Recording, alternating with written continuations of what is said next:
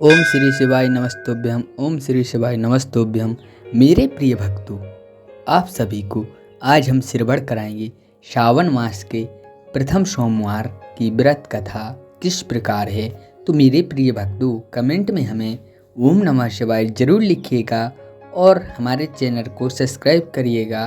तो मेरे प्रिय भक्तों, माताएं एवं बहनों, भाई बंधुओं, आइए अब हम श्रवण करते हैं श्रावण सोमवार की पौराणिक पवित्र मंगलमयी व्रत कथा। बोलिए शंकर भगवान की जय। सोमवार व्रत कथा।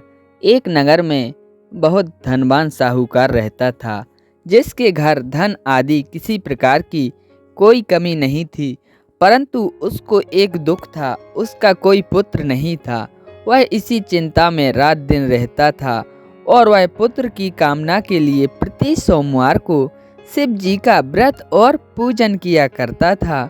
सायंकाल को शिव मंदिर में जाकर शिव जी पर दीपक जलाया करता था। उसके भक्ति भाव को देखकर एक समय श्री पार्वती जी ने श्री शिव जी महाराज से कहा कि महाराज, यह साहूकार आपका अत्यंत भक्त है और सदैव आपका व्रत और पूजन बड़ी श्रद्धा से करता है। इसकी मनोकामना पूर्ण करनी चाहिए।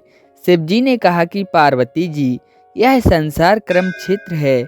जैसे किसान खेत में जैसा बीज बोता है वैसा ही फल काटता है, उसी तरह इस संसार में जो जैसा करते हैं वैसा ही फल भोगते हैं।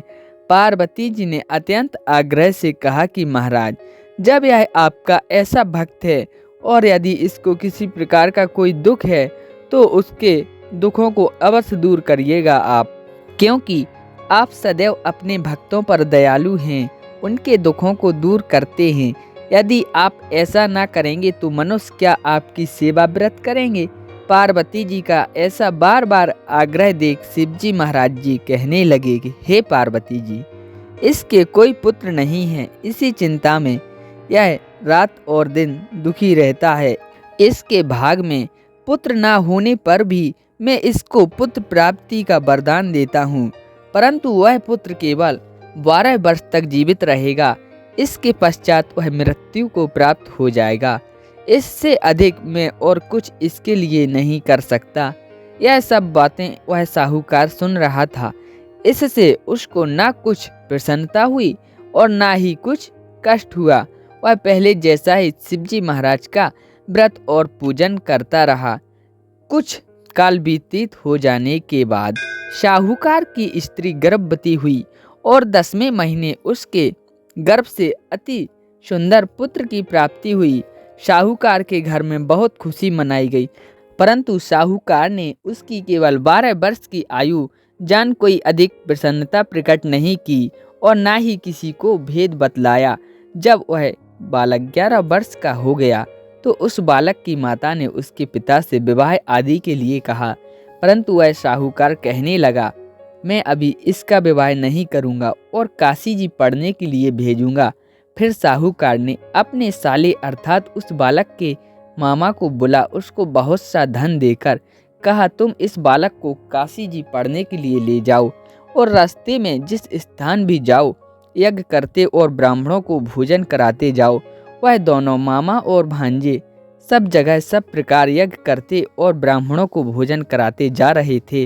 रास्ते में एक शहर पड़ा। उस शहर के राजा की कन्या की शादी हो रही थी। दूसरे राजा का लड़का जो विवाह कराने के लिए बारात लेकर आया, वह एक आंख से काना था। उसके पिता को इस बात की बड़ी चिंता थी, कहीं वर को देख कन्या के माता पिता विवाह में किसी प्रकार की अड़चन पैदा ना कर दें।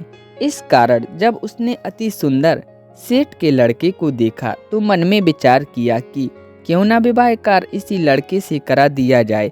ऐसा विचार कर लड़के और उसके मामा ने कहा, यदि आप फेरों और कन्यादानों के काम करा दें तो आपकी बड़ी कृपा होगी और हम इसके बदले में बहुत कुछ धन दे देंगे। उन्होंने भी स्वीकार कर लिया। इस प्रकार विवाह कार्य बहुत अच्छी तरह से हो गया।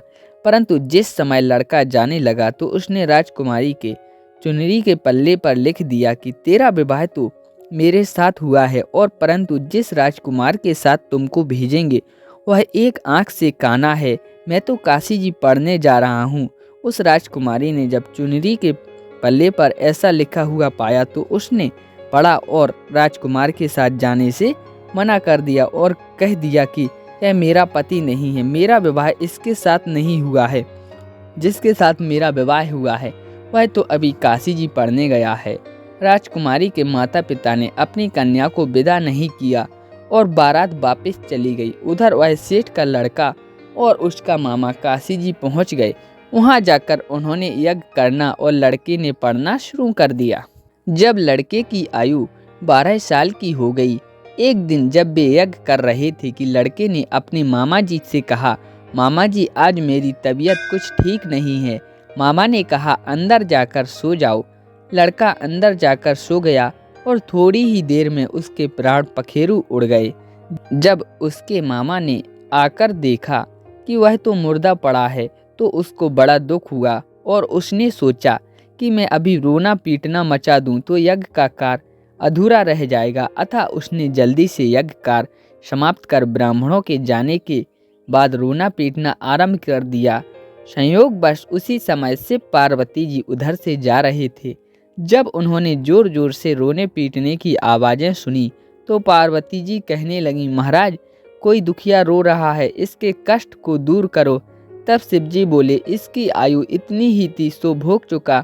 पार्वती जी ने कहा, महाराज कृपा करके इस बालक को और आयु दो, नहीं तो इसके माता पिता तड़प तड़प कर मर जाएंगे। पार्वती जी के इस प्रकार बार बार आग्रह करने पर शिवजी ने उस लड़के को जीवन वरदान दिया और शिवजी महाराज जी की कृपा से लड़का जीवित हो गया। शिवजी पार्वती जी कैलाश चले गए। तब लड़का मामा उसी प्रकार यज्ञ करते रहे तथा शिक्षा पूरी हो जाने पर घर वापस चल पड़े। रास्ते में उसी शहर में आए जहां उनका विवाह हुआ था। वहां पर भी आकर उन्होंने यज्ञ आरंभ कर दिया तो लड़के के ससुर ने पहचान लिया और अपने घर महल में जाकर बड़ी खातिर की साथ ही बहुत दास दासियों के सहित आदर पूर्वक लड़की और जमाई को विदा किया। जब वह अपने शहर के निकट आए तो मामा ने कहा कि मैं पहले तुम्हारे घर जाकर सबको खबर कर आता हूँ। उस समय लड़के के माता पिता अपने घर की छत पर बैठे हुए थे। उन्होंने यह प्रण कर रखा था कि यदि हमारा पुत्र सकुशल घर आवे तो राजी खुशी, नहीं तो नीचे उतर कर आ जाएंगे, नहीं तो छत से गिरकर अपने प्राण खो देंगे। इतने में उस लड़के के मामा ने जाकर यह समाचार दिया कि आपका पुत्र आ गया है, परंतु उनको विश्वास नहीं हुआ। तब उसके मामा ने शपथ पूर्वक कहा कि आपका पुत्र अपनी पत्नी के साथ बहुत सारा धन साथ में लेकर आया हुआ है। तो सेठ ने आनंद के साथ उसका स्वागत किया और बड़ी प्रसन्नता के साथ रहने लगे। इसी प्रकार जो भी सोमवार के व्रत को धारण करता है अथवा इस कथा को पढ़ता या सुनता है, भगवान शिव की कृपा से उसके सभी मनोरथ पूर्ण होते हैं और सभी दुख दूर होकर उसकी समस्त मनोकामनाएं पूर्ण हो जाती हैं। बोलिए शंकर भगवान की जय।